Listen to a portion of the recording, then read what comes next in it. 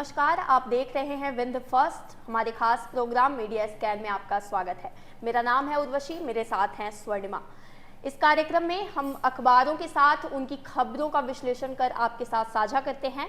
ज़्यादातर हमारी खबरें स्थानीय होती है, जो लोगों से जुड़ी हुई होती हैं।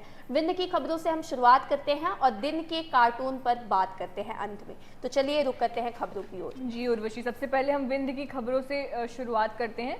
तो अब एक नया रूल आ गया है, एक तरह से नई अब एक सर्कुलर आ गया है जिसमें दिया जा रहा है कि जो टू व्हीलर है उस पर ना सिर्फ आगे बैठने वाला व्यक्ति बल्कि जो पीछे भी बैठा हुआ व्यक्ति है उसे भी हेलमेट लगाना अनिवार्य हो गया है। साथ ही में फोर व्हीलर में सीट बेल्ट की भी अनिवार्यता कर दी गई है और ये 50 दिनों का एक तरह से अभियान है जो चलेगा। इसमें डेट दी हुई है 20 नवंबर से 3 जनवरी तक पूरे प्रदेश में। तो उसको लेकर इसमें रीवा क्षेत्र को लेकर दिया हुआ है कि विशेष जांच अभियान शुरू हो चुका है। मामला बताया जा रहा है कि उच्च न्यायालय जबलपुर में लंबित रिट पिटीशन के अंतर्गत प्रदेश के समस्त जिलों में पिलियन राइडर यानी कि 2 पहिया वाहन में पीछे बैठने वाली जो सवारी है उसके सहित जो चालक है उसके द्वारा हेलमेट धारण करने और 4 पहिया वाहन चालक और सवारी द्वारा सीट बेल्ट धारण कर 100% यातायात नियमों का पालन करने के निर्देश दिए गए हैं। तो ये बैकग्राउंड है जिसके बाद ये नियम लाया जा रहा है और यहाँ पर तेज़ी के साथ ये जो अभियान है ये शुरू हो गया है। उद्देश्य इसका ये है कि हेलमेट और सीट बेल्ट की जांच का ये अभियान सड़क दुर्घटनाओं में होने वाली जो मृत्यु दर है उसको कम करना और जो शारीरिक क्षति पहुंचती है व्यक्ति को उसको रोकना है। ऐसा माना जा रहा है कि अगर 2 व्हीलर सवार हेलमेट और 4 व्हीलर सवार सीट बेल्ट का उपयोग करने लगे तो सड़क हादसों में होने वाली मौतों को बहुत कम किया जा सकता है। जी स्वर्णिमा, तो इस बात का सभी लोग ध्यान रखें, हम लोग भी ध्यान रखें कि हम लोग भी हेलमेट का उपयोग करें आने जाने में। तो अगली खबर की बात करते हैं। तो दैनिक जागरण है मेरे पास। दैनिक जागरण में के फ्रंट पेज में है, बड़ी हेडलाइन है यहाँ पे कि विजयंत टैंक के बाद सैनिक स्कूल रीवा को मिला नौसेना का सी हैरियर विमान। यानी सी हैरियर विमान जो है वो सैनिक स्कूल में बच्चों के प्रशिक्षण के लिए, उनके अध्ययन के लिए लाया गया है। बताया गया कि उपलब्धियों में आज एक और अध्याय जुड़ गया, बुधवार को उसे यहाँ पर लेके आया गया है। आपको बताएं कि फॉकलैंड युद्ध में इसका उपयोग किया गया था। इसकी सबसे उच्च प्रोफाइल और महत्वपूर्ण सफलता थी जब यह ब्रिटिश टास्क फोर्स की सुरक्षा के लिए उपलब्ध एकमात्र फिक्स्ड विंग लड़ाकू विमान था। इसको समुद्री तटों पर सुरक्षा के लिए उपयोग किया जाता है। वहीं एक चीज़ और लिखी गई है कि 1993 में सी हैरियर FA-2 के रूप में बनाया गया था, जिसने अधिक शक्तिशाली इंजन के साथ साथ इसकी हवा से हवा में मार कर गिराने की क्षमताओं और हथियारों से लैस किया गया था। वहीं रीवा जिले की खास बात यह है कि रीवा जिले सफ़ेद शेरों की धरती कहा जाता है, सफ़ेद बाघों की धरती कहा जाता है। तो जो मोहन था सफ़ेद बाघ, उनका सबसे छोटा बेटा, आखिरी बेटा जो था विराट, उसे दे दिया गया था। लिखा गया है कि पूर्व मंत्री पुष्पराज सिंह ने बताया है कि सी हैरियर विमान जिसमें रीवा का व्हाइट टाइगर का लोगो दिख रहा है, व्हाइट टाइगर विराट सफेद बाघ मोहन का अंतिम बच्चा था। विराट जब लगभग 19 साल का था तब उसे सन 1975 में भारतीय नौसेना को दे दिया गया था, जिसका लोगो सी हैरियर में लगाया गया था, जिसे अब रीवा लाया गया है सैनिक स्कूल में बच्चों के अध्ययन के लिए। जी उर्वशी, हर अखबार में जो क्षेत्रीय पेज है उसमें रीवा पेज में ये खबर दी हुई है। बात करते हैं अगली खबर की। तो खाद को लेकर एक खबर है, जो DAP खाद है, क्योंकि अब रबी की फसल उगाने का सीज़न है और किसानों को उसके लिए खाद चाहिए। तो अब जो हमारी सरकारी संस्थान है, जो समितियां हैं जो बनी हुई हैं खाद देने के लिए, वहाँ पर खाद की कमी है और इसीलिए जो किसान हैं उनको प्राइवेट संस्थानों से खाद लेना पड़ रहा है। अब ऐसे में हो क्या रहा है कि जो प्राइवेट संस्थान है ये घपलेबाजी कर रहे हैं, ये नकली खाद दे रहे हैं और ये नकली खाद ऐसी होती है कि जब इसे लगाया जाता है तो जो मिट्टी है, क्योंकि ये नकली है तो मिट्टी इसको गला नहीं पाती है, जिस वजह से किसानों को बहुत ज़्यादा नुकसान झेलना पड़ रहा है। अब इस खबर में बताया गया है कि चुनावी मौके का फ़ायदा उठाया गया है, क्योंकि जितने भी बड़े अधिकारी थे वो चुनाव में लगे हुए थे, चुनाव ड्यूटी में थे, तो कोई भी निरीक्षण करने वाला नहीं था, ये जो प्राइवेट एंटिटीज़ हैं इनके ऊपर कोई नज़र रखने वाला नहीं था, जिसका भरपूर फ़ायदा दुकानदारों ने उठाया और गुणवत्ता युक्त खाद के नाम पर नकली खाद वो बेच रहे हैं। इसमें बताया गया है, अगर सरकारी तंत्र की बात करें तो समितियों का चक्कर किसान लगातार लगाते हैं। इस पर हमने स्टोरी भी की थी उर्वशी। इसमें बताया जा रहा है कि किसान अपने खेत तैयार कर रहे हैं, खेत तैयार करने के लिए डीएपी खाद की ज़रूरत है। खाद के लिए बहुत से किसान सहकारी समितियों के चक्कर काट रहे हैं। समितियों की हालत ये है कि यहाँ पर्याप्त खाद उपलब्ध नहीं है। जब समितियों में खाद नहीं मिलती तो किसान प्राइवेट दुकानों पे जाते हैं, पूरे दाम वो देते हैं, लेकिन उसके बाद भी उन्हें नकली खाद ही हाथ लगती है। जी, अगली खबर की बात करें तो जिस तरह से स्वास्थ्य को लेकर विंध्य क्षेत्र में आपने स्टोरी की थी, स्वास्थ्य को लेकर संजय गांधी हॉस्पिटल की स्टोरी, तो संजय गांधी हॉस्पिटल में आए दिन हम अखबार में पढ़ते रहते हैं कि कुछ ना कुछ वहाँ पे कमी महसूस हो रही है। तो यहाँ पे लिखा गया है कि एसजीएमएच की पुरानी ओपीडी में मरीजों की लंबी कतारें लगी रहती है, घंटों इंतजार करना पड़ता है। लिखा है कि 9 काउंटर हैं वहाँ पर, लेकिन चालू सिर्फ 3 या 4 रहते हैं, जिसकी वजह से मरीजों को 3 या 4 काउंटर में लंबी कतार लगाकर खड़े रहना पड़ता है। स्वास्थ्य सेवाओं के सुधार के दावे तो किए जा रहे हैं, लेकिन सुधार हो नहीं पा रहा है। संसाधन होते हुए भी अस्पताल प्रबंधन मरीजों को सुविधाएं उपलब्ध नहीं करवा पा रहा है। विंध्य के सबसे बड़े अस्पताल संजय गांधी की बात करें तो यहाँ भी दवाओं के लिए मात्र 1 काउंटर है, जहां बाहरी मरीजों सहित अस्पताल में एडमिट मरीजों की दवाएं लेनी पड़ती है। कई दफ़ा वार्ड में दवा न होने पर डॉक्टर भी इन्हें काउंटर में दवाएं लेने मरीजों के परिजनों को भेज देते हैं। यानी काउंटर, दवा का काउंटर, आपने भी कुछ दिनों पहले बात की थी, तो दवा का जो काउंटर है वो एक ही है। वहाँ पर एडमिट हुए मरीज़ और बाहर से आए मरीज़, सभी मरीज़ वहाँ पर लेते हैं।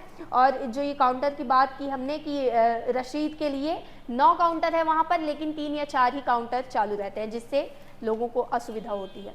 स्वास्थ्य को लेकर और भी खबर है, तो स्वास्थ्य को लेकर है ये रीवा जागरण पेज में ही है कि अवैध क्लिनिक में स्वास्थ्य अमले की दबिश, टीम देकर भाग निकले चिकित्सक। जिले में अवैध क्लिनिक, मेडिकल स्टोर व पैथोलॉजी का व्यवसाय लगातार बढ़ रहा है। इसका बड़ा कारण स्वास्थ्य विभाग के जिम्मेदार अफसरों की लापरवाही है। हालांकि अधिकारी बीच बीच में अपने पद को बचाने के लिए औपचारिकता के लिए कार्यवाही करते हैं। कार्यवाही के सिर्फ दावे किए जा रहे हैं। कुछ पैथोलॉजी का यहाँ पे नाम तो नहीं दिया गया है, लेकिन कुछ पैथोलॉजी और क्लिनिक में दबिश देकर और चीज़ें बरामद की गई हैं। जी, एक और खबर है हेल्थ को लेकर, ये मऊगंज जिले की खबर है। सिविल अस्पताल मऊगंज का नवीन भवन अधूरा है, रीवा से करते हैं आवागमन। यानी जो मऊगंज जिला बन चुका है, वहाँ के मरीज अभी भी रीवा जिला अस्पताल में आते हैं, अभी भी उन्हें स्वास्थ्य की सुविधा नहीं मिल पाई है। कलेक्टर के निरीक्षण के बाद भी व्यवस्था नहीं सुधरी है, उसका जो काम है वो अभी पूरा नहीं हो पाया है। जी उर्वशी। जी, आगे हम बात करें तो एक और खबर है, ये चाक घाट की खबर है। उत्तर प्रदेश से जुड़ा हुआ इलाका है ये विंध्य क्षेत्र का। यहाँ पर सुप्रीम कोर्ट का जो आदेश दिया गया था 15 दिसंबर 2016 को, एक आदेश में कहा गया था कि राष्ट्रीय राजमार्गों के किनारे 500 मीटर के दायरे में शराब की दुकान नहीं होनी चाहिए। हाईवे पर शराब की दुकानों के कारण सड़क दुर्घटनाओं की संभावना बढ़ जाती है, लेकिन चाक घाट के बॉर्डर पर नियमों की अनदेखी कर शराब दुकान संचालित की जा रही है। अधिकारियों को इसके बारे में पता है, फिर भी किसी भी प्रकार की कोई कार्यवाही नहीं की गई है। सड़क के दायरे से लगभग 50 मीटर के भीतर आबकारी नियम के विरुद्ध और सुप्रीम कोर्ट के आदेश के विरुद्ध सरकारी दुकान खोली गई है। तो ये एक बड़ी खबर है। वही क्रिकेट को लेकर एक खबर है। हम जैसे कि हमने कल भी बात की थी कि क्रिकेट एसोसिएशन राज्य स्तरीय प्रक्रिया शुरू हो गई है, जिसमें अपने विंध्य क्षेत्र के 4 जिले शामिल थे। वहीं अब सिंगरौली 97 स्कोर पर ढेर हो गया। रीवा ने 1 विकेट खोकर 193 रन की बढ़त ली है। जी उर्वशी, अब हम रुक करते हैं राज्य स्तरीय खबरों का। तो डिंडौरी से एक मामला आ रहा है। हम देखते हैं कि किस तरह से हमारी गवर्नमेंट जो है, लोग हैं बातें करते हैं कि महिलाओं के लिए हम लाडली बहना योजना लाएंगे या जिस तरह की योजनाएं लाते हैं, लेकिन मध्य प्रदेश बच्चियों से यहाँ पर आंकड़ा कहता है एनसीआरबी का, हर 3 घंटे में एक बच्ची के साथ दुष्कर्म होता है और बलात्कार के मामलों में मध्य प्रदेश दूसरे नंबर पर है।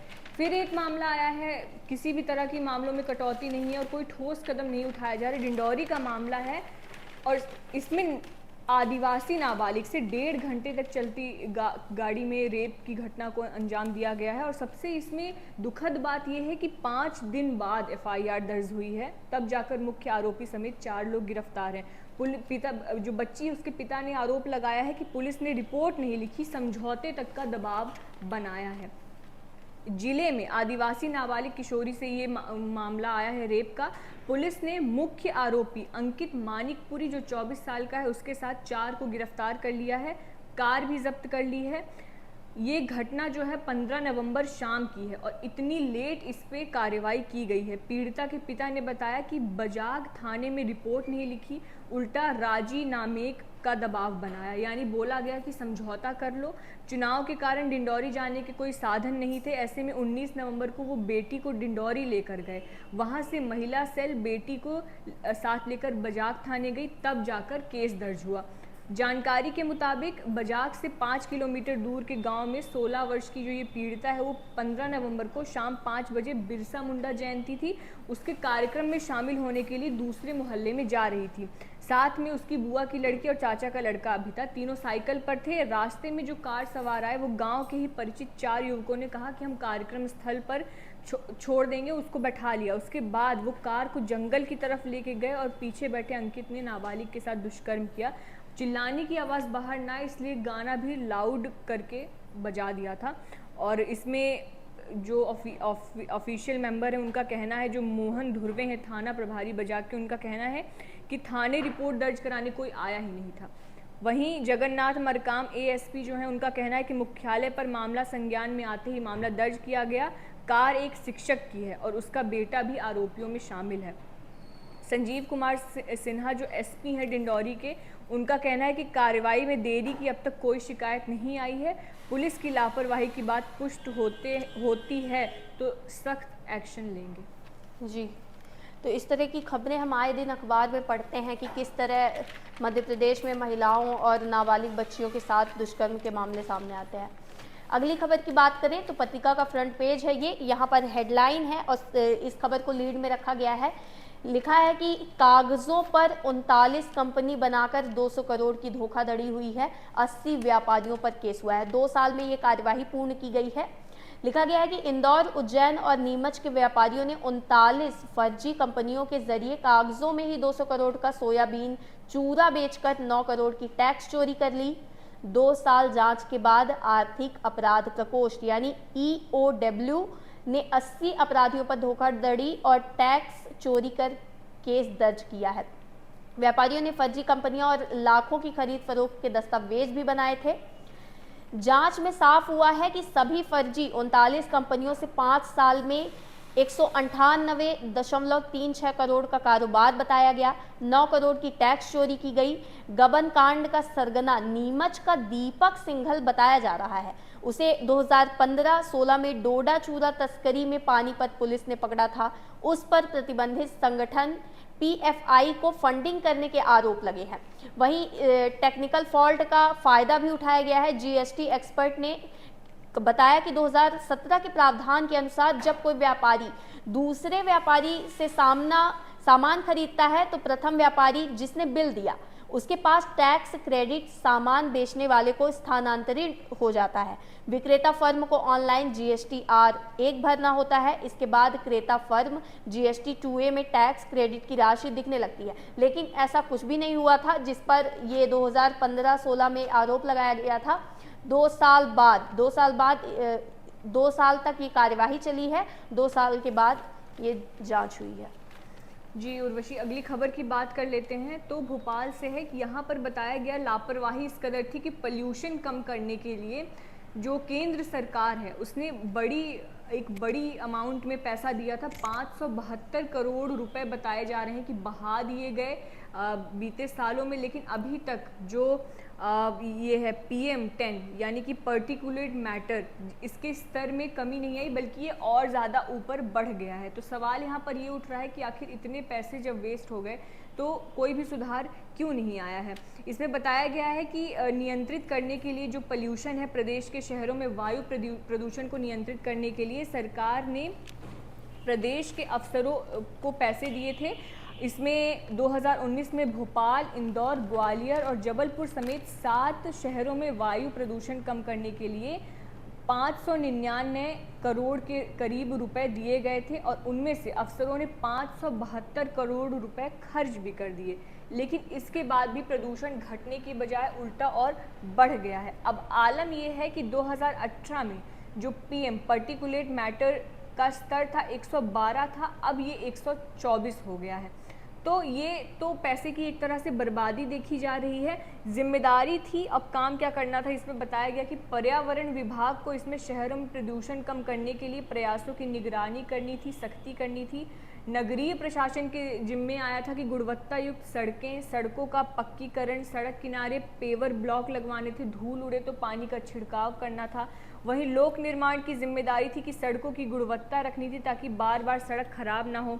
परिवहन विभाग ज़्यादा धुआं छोड़ने वाले वाहनों पर कार्रवाई करे और कृषि विभाग को पराली जलाने पर नियंत्रण करना था। अब इसमें राशि बताई गई है कि कुल राशि भोपाल को मिली थी 183 करोड़, जिसमें से 175 करोड़ खर्च हो गई। इंदौर को 191 मिली थी और 191 ही खर्च भी हो गई। जबलपुर में 112, जिसमें से 102 करोड़ खर्च हुआ है। ग्वालियर को 95 करोड़ मिले थे, जिसमें से 89 करोड़ खर्च हो गया। उज्जैन को 6 करोड़ मिले थे, जिसमें से 5 करोड़ खर्च हो गया। देवास को 4 करोड़ खर्च, सागर को 4 करोड़ मिले थे, जिसमें से 2 करोड़ खर्च हो गया है। स्थिति अगर हम देखें तो भोपाल में 112 था, जो PM है स्तर, वो 112 था। 2023 में 124 हो गया है। इंदौर में 0 था, अब 101 हो गया है। जबलपुर में 101 था, अब 125 हो गया। यानी अगर हम देखें उर्वशी तो इनकी ग्राफ जो है ऊपर ही गया है, नीचे नहीं आया है। अब इसमें बताया जा रहा है कि भोपाल, इंदौर ने 5 से 15% तक कमी का दावा किया है। ग्वालियर, जबलपुर, सागर, देवास में प्रदूषण 8 से 20% तक बढ़ा है। ठंड में इंदौर को छोड़ें तो भोपाल और बाकी शहरों में वायु गुणवत्ता सूचकांक 350 तक है। ये प्रॉब्लमेटिक है। ये सूचकांक 50 तक या नीचे होने पर हवा आदर्श मानी जाती है, जो इससे बहुत ज़्यादा है। जी, अगली खबर की बात करें तो घोटालों को लेकर ही है। जिस तरह से हाईवे 30 पर घटिया निर्माण से ये मामला है, मंडला का, जबलपुर मंडला का मामला है। यहाँ पर 1 साल पहले जिस सड़क के लिए परिवहन मंत्री नितिन गडकरी ने माफ़ी मांगी थी, वह अभी भी उसी स्थिति में पाई गई है। 1 साल पहले उन्होंने इस सड़क के लिए माफ़ी मांगी थी। लिखा गया है कि 1 साल पहले जबलपुर मंडला नेशनल हाईवे के जिस 2 लेन सड़क निर्माण के अधूरे काम पर केंद्रीय सड़क परिवहन मंत्री नितिन गडकरी ने जनसभा में माफी मांगी थी, वह अब भी वैसा ही है। 10 से 12 किलोमीटर के हिस्से में सड़क नहीं बन सकी है। जहां बनी थी वह इतना घटिया कि पुल पुलिया के स्लैब धंस गए हैं। लिखा गया है कि 379 दिन बाद भी वही तस्वीर देखने को मिल रही है। 379 दिन हो चुके हैं, यानी 1 साल से ज़्यादा का समय हो चुका है और ये तस्वीर पहले जैसी थी वैसी ही अभी भी देखने को मिल रही है। 7 नवंबर 2022 और आज 22 नवंबर 2023 है। जबलपुर से मंडला जाते समय केंद्रीय सड़क व परिवहन मंत्री नितिन गडकरी को 400 करोड़ की सड़क पर ऐसे हिचकोले लगे कि उनकी हालत खराब हो गई। मंडला पहुंचे तो जनसभा में हाईवे की दुर्दशा व घटिया निर्माण को स्वीकार कर जनता से माफी भी मांगी। उन्होंने कहा कि ठेकेदार को ब्लैक लिस्टेड करो, नए सिरे से टेंडर कर जल्दी सड़क निर्माण करवाओ, लेकिन अभी भी किसी भी प्रकार की कोई कार्यवाही नहीं हुई। जी उर्वशी, अब हम रुक करते हैं हमारी राष्ट्रीय खबरों का। तो जम्मू कश्मीर से एक खबर आ रही है, जहां राजौरी में आतंकवादियों की मुठभेड़ में 2 कैप्टन समेत 4 जवान शहीद हो गए हैं। इसमें बताया जा रहा है कि जम्मू कश्मीर का जो राजौरी जिला है, उसमें बुधवार को आतंकियों से मुठभेड़ में कैप्टन समेत 4 जवान शहीद हो गए, वहीं 1 आतंकी मारा गया है। सुरक्षा बलों ने बताया कि इस मुठभेड़ में राष्ट्रीय राइफल के कैप्टन MV प्रांजल, कैप्टन शुभम गुप्ता और पैरा कमांडो हवलदार माजिद और 1 अन्य हवलदार भी शहीद हो गया है। जम्मू कश्मीर के रहने वाले थे, शुभम आगरा के रहने वाले थे और कैप्टन शुभम आगरा के और माजिद जो हैं जम्मू कश्मीर के रहने वाले थे। इसके अलावा 1 मेजर और 2 जवान अभी घायल भी हैं। सूत्रों के अनुसार बताया जा रहा है कि राजौरी के धर्मसाल के बाजीमाल इलाके में 6 आतंकवादियों की मौजूदगी की खबर मिलने पर सेना और जम्मू कश्मीर पुलिस ने तलाशी अभियान चलाया था। बुधवार सुबह आतंकियों की गोलीबारी में कैप्टन प्रांजल शहीद हो गए। फिर उनके शव को निकालने गए, बाकी अन्य लोग भी शहीद हो गए। तो इसमें बताया जा रहा है कि ये जो दहशतगर्द थे ये जंगल में थे कई दिनों से और यहाँ के स्थानीय लोगों को ये डरा धमका कर खाना मांगा करते थे और बोलते थे अगर खाना नहीं दोगे तो तुम्हें मार देंगे। ये भी बताया जा रहा है कि एक ग्रामीण को इन्होंने मारा पीटा तक था। और अभी फिलहाल आतंकवादियों को जो ढूंढने की ये कोशिश है ये लगातार चल रही है। बताया जा रहा है कि घने जंगलों में ये छिपे हुए हैं। जी, अगली खबर की बात करें तो जिस तरह से भारत और कनाडा के बीच तनाव देखा गया था, तो अब भारत ने कनाडाई नागरिकों के लिए ई वीज़ा सेवा बहाल कर दी है, जो बंद कर दी थी। भारत ने राजनयिक विवाद के बाद कनाडाई नागरिकों के लिए निलंबित की गई इलेक्ट्रॉनिक वीज़ा सेवा को बुधवार को बहाल कर दिया। इस निर्णय को दोनों देशों के बीच तनाव कम करने की दिशा में एक कदम माना जा रहा है। सितंबर में भारत और कनाडा के रिश्तों में उस समय तनाव पैदा हो गया था जब कनाडा के प्रधानमंत्री जस्टिन ट्रूडो ने ब्रिटिश कोलंबिया में 18 जून को खालिस्तानी आतंकवादी हरीद सिंह निज्जर की हत्या में भारतीय एजेंटों की संलिप्तता का आरोप लगाया था। भारत ने 2020 में निज्जर को आतंकवादी घोषित किया था। भारत ने ट्रूडो के आरोपों को बेतुका बताकर खारिज कर दिया। उसके बाद ही भारत ने घोषणा की कि वह कनाडाई नागरिकों को वीज़ा जारी करने की प्रक्रिया को अस्थायी रूप से निलंबित कर रहा है। उसने कनाडा से भारत में अपने राजनयिक की संख्या, यानी कनाडा से ये भी कहा था कि भारत में जो उनके राज्य के जो एक तरह से कहा जाए तो जो एजेंट है उनकी संख्या कम करने के लिए भी कहा था। ओटावा में भारतीय उच्चायोग में बुधवार को एक्स पर नोटिस जारी कर कहा कि कनाडा के नियमित या सामान्य पासपोर्ट धारक सभी पात्र नागरिकों के लिए 22 नवंबर से भारतीय ई वीज़ा सुविधा उपलब्ध कराई गई है। यानी तनाव को कम करने की दिशा में इस प्रक्रिया को लिया जा रहा है कि अगर भारत ने ये कदम उठाया है तो कनाडा और भारत के बीच जो ये उनके प्रधानमंत्री के आरोप के बाद भारत पर जो आरोप लगे थे, खालिस्तानी जो व्यक्ति थे उनकी हत्या के आरोप लगे थे भारत के एजेंटों पर, तो उसके बाद ये विवाद शुरू हुआ और अब ये विवाद खत्म करने की ओर भारत ने कदम बढ़ाया है और ई वीज़ा जो है उसको बहाल कर दिया है। जी, बात करते हैं उत्तराखंड में जो हादसा हुआ उत्तरकाशी में। यहाँ पर अब एक खुशी की खबर मानी जा सकती है कि रेस्क्यू पाइप वो पहुंच गई है और कभी भी खुशी की खबर आ सकती है। माना जा रहा है कि जो आज की सुबह है वो एक बेहतर सूरज वो शायद देख सकते हैं। साथ ही में एक टेम्परेरी हॉस्पिटल भी बना दिया गया है सुरंग के बाहर, जहां पर इन लोगों को बेड्स की व्यवस्था वगैरह करवाई गई है।